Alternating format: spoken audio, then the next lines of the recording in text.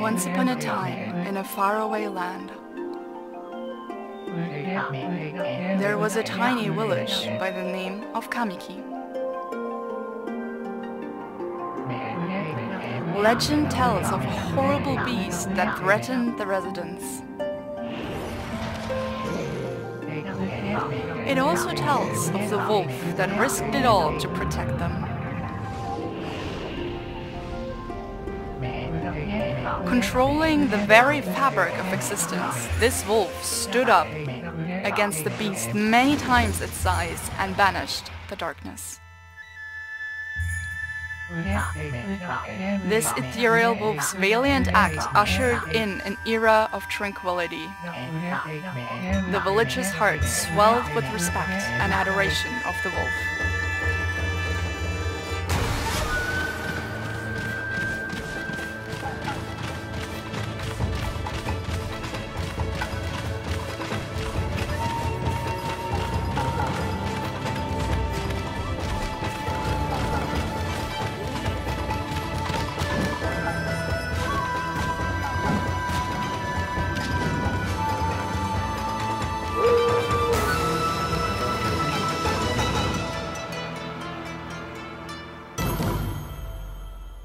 Yeah, what an intro.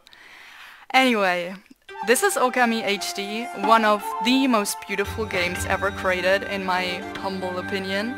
And yeah, now that it's been ported or released on PC, I'm excited to play it again. And I hope you will enjoy it as well.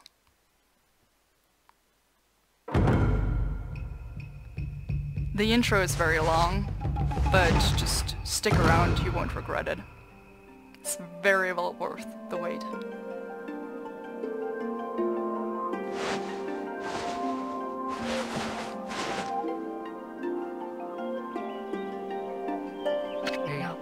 Long, long ago, a tiny hamlet known as Kamiki lay nestled in a grove of proud and beautiful cherry blossoms.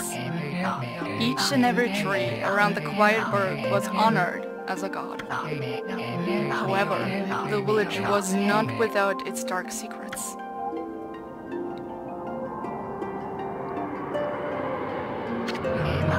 To satiate the appetite of Ōkami, a fearsome cave-dwelling beast, a young maiden was offered as a sacrifice at the annual festival. With a body like a mountain and 8 heads mounted on necks the size of tree trunks, its blood-red eyes alone were said to curse anyone who gazed into them. No one dared disobey the horrific beast.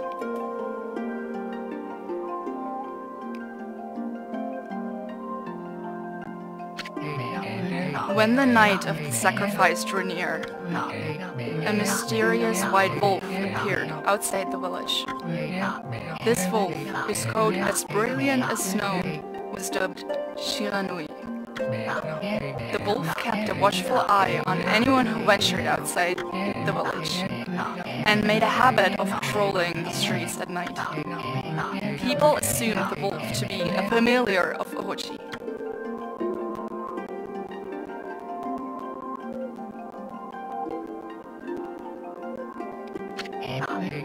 One villager took it upon himself to face the fearsome Shiranui. The warrior Nagi attempted many times to challenge the wolf, but his attempts were thwarted by Shiranui's swift movements.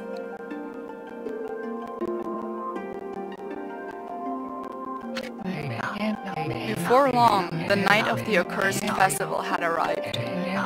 A white-plumed arrow heralded the coming sacrifice. Piercing the sky, the arrow sunk its shaft squarely into the home of Nami, the village's most beautiful maiden. Nagi, harboring a secret love for Nami, was enraged by this sign. Determined to put an end to Ōkami once and for all, Nagi traveled to the beast's cave in place of his beloved.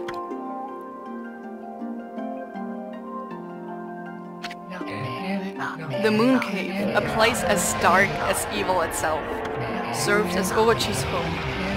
As Nagi stood bravely before the entrance, a beast appeared.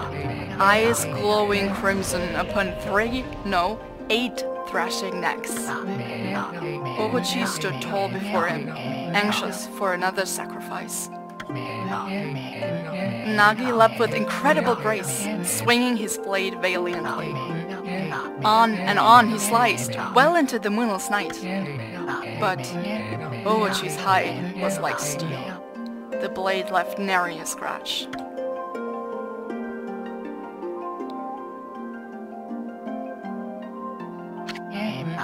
At long last, Nagi, his energy spent from the intense battle, dropped to his knees, fatigued and gasping for breath. He knew he was staring death in the face. It was then that the wolf appeared.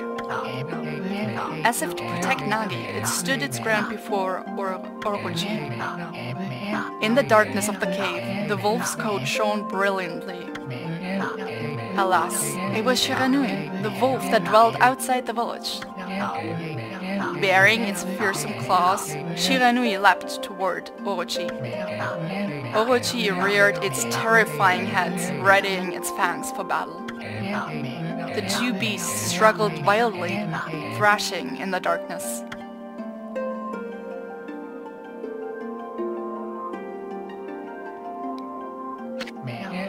Mysterious and terrifying, the spectacle continued.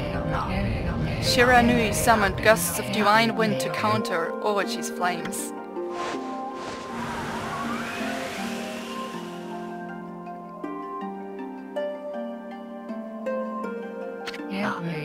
As Ōkami closed in on Shiranui, sharpened claws glistening, a gigantic tree suddenly sprouted forth, shielding the wolf. Shiranui fought gallantly to gain the upper hand. However, Ōkami, protected by a mystical power, was not easily bested. Shiranui, covered in gashes, majestic coat dyed crimson, stood exhausted before the mighty Ōkami.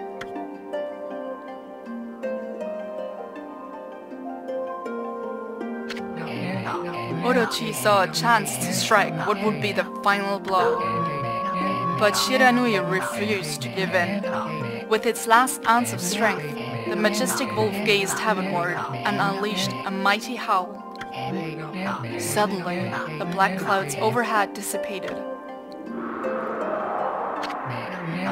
The light from above glinted off Nagi's sword as a beacon of hope.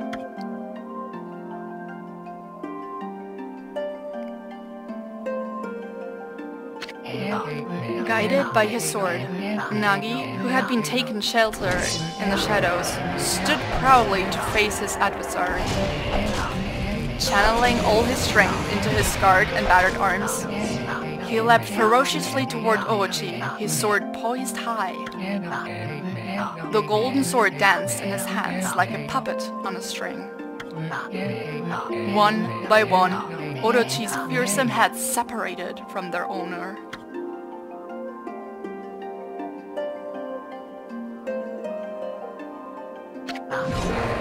Ōkami's broken body collapsed in a lake of its own blood. In that instant, the curse that plagued the villagers was lifted. As the battle subsided, the sun shone once again in the sky. Shiranui had succumbed to Ōkami's poison and struggled to breathe. Nagi scooped the beast into his arms and returned to Kamiki.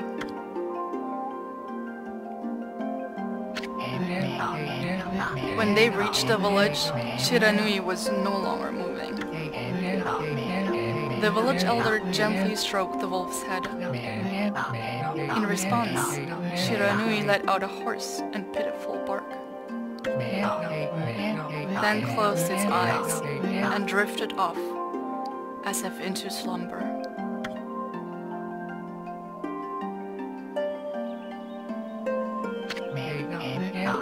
Peace had at last returned to Kamiki village. In honor of Shiranui's heroic exploits, the villagers erected a shrine and placed a statue of the wolf within it.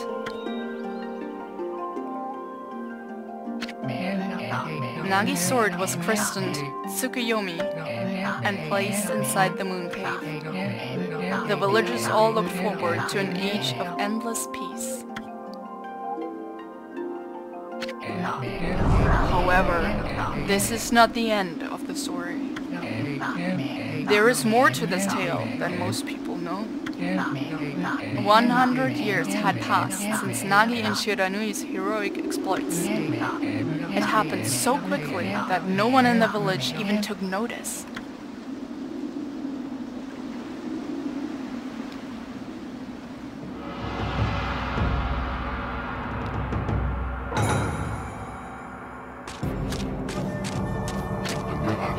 Is this the legendary sword? Is this Tsukuyomi, the sword that banished the dreaded Ōkami? No, it couldn't be. It's just a legend. Nothing but a fairy tale.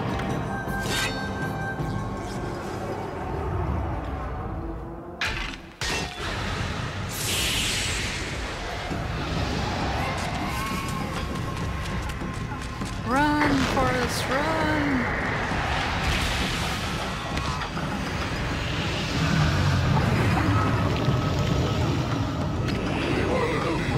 Oh, he who seeks power, he who has broken my bonds. Speak the words, I wish darkness unto the world. Utter that prayer unto me, and unleash my power. Oh shit.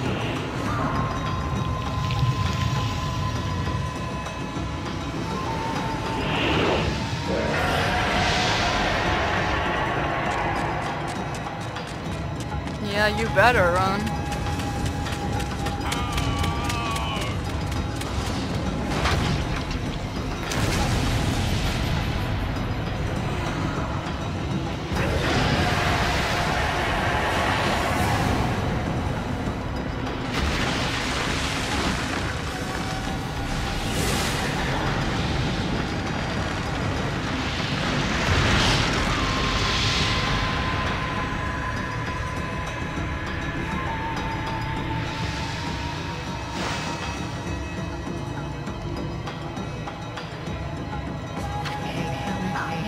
A horrible tragedy suddenly swept over the land. However, there was one village that seemed to escape the terrible curse. The tiny settlement of Kamiki village enjoyed the protection of a sacred tree. It is here that the real story begins.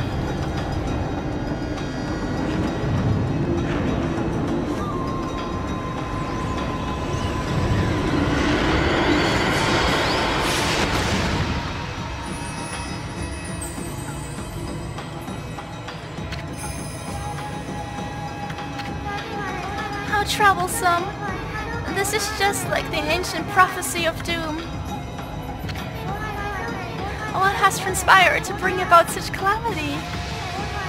We must act quickly. There is no time to lose. My power has diminished over the years I've spent protecting this area. I don't have much time left in this world. Amaterasu, now is the time. We have never needed your power more. Shine your divine light upon this broken and polluted world. Let your heavenly rays become our hope as you guide us all.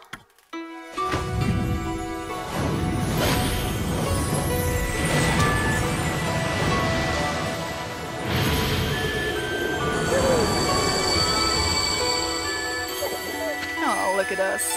Aren't we cute? Such divine white light, such beauty and grace. Yeah, that's me. The only one capable of such a wondrous spectacle is none other than our mother and the origin of all that is, Amaterasu. How delightful to see that the savior whose brave sacrifice sealed away the evil demons so many years ago has not changed one bit. Honestly, personally, I think I've gotten a little cuter. Seeing you emerge after so many years spent as a statue brings happiness to my heart.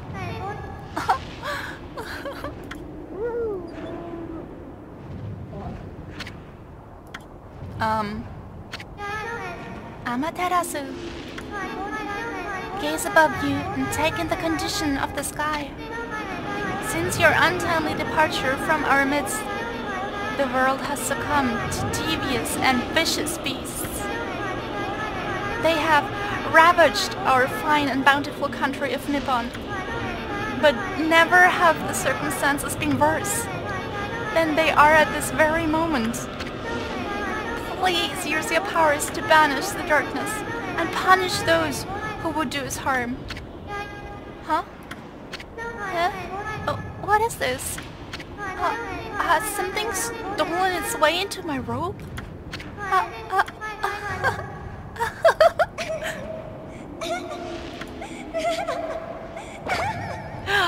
That is naughty. Phew. Oh, what on earth? You again. And this is Isun, our pet flea companion. Pesky little thing. Ow, ow, ow, ow! Are you nuts? Boy, for a little thing, you sure make a big fuss. I was just trying to make the conversation a bit more interesting, that's all. Were you napping in my clothes again, Bug? Bug, I told you 1,000 times not to call me that. I'm a wandering artist. The name's Isun.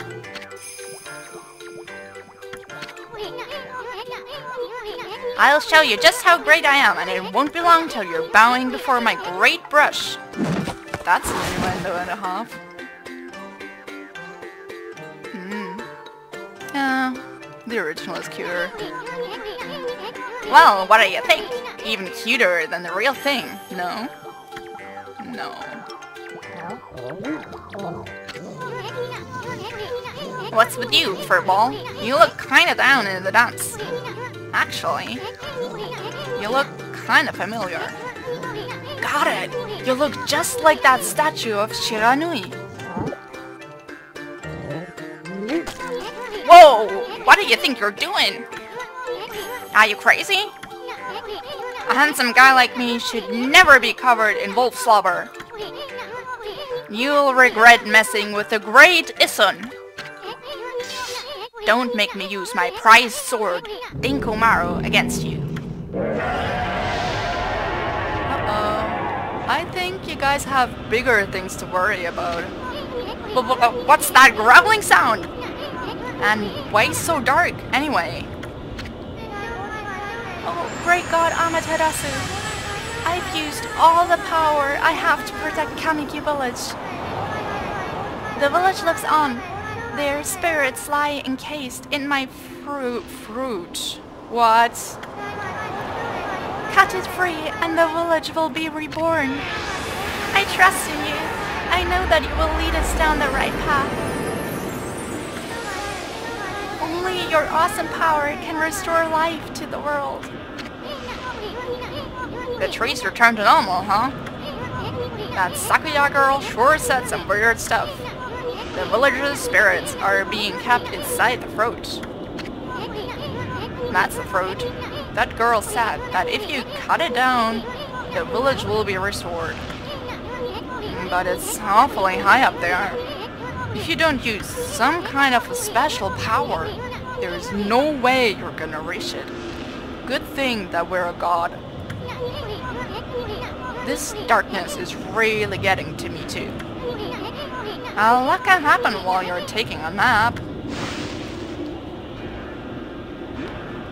Alright, now we actually get to move. Our task is to cut down that mysterious glowing peach-like fruit from the tree. But before we do that, I think I'm gonna end the video here since it's gotten quite long already. Yeah, I hope you enjoyed it and I hope you stick around for the rest of this epic tale. Bye-bye!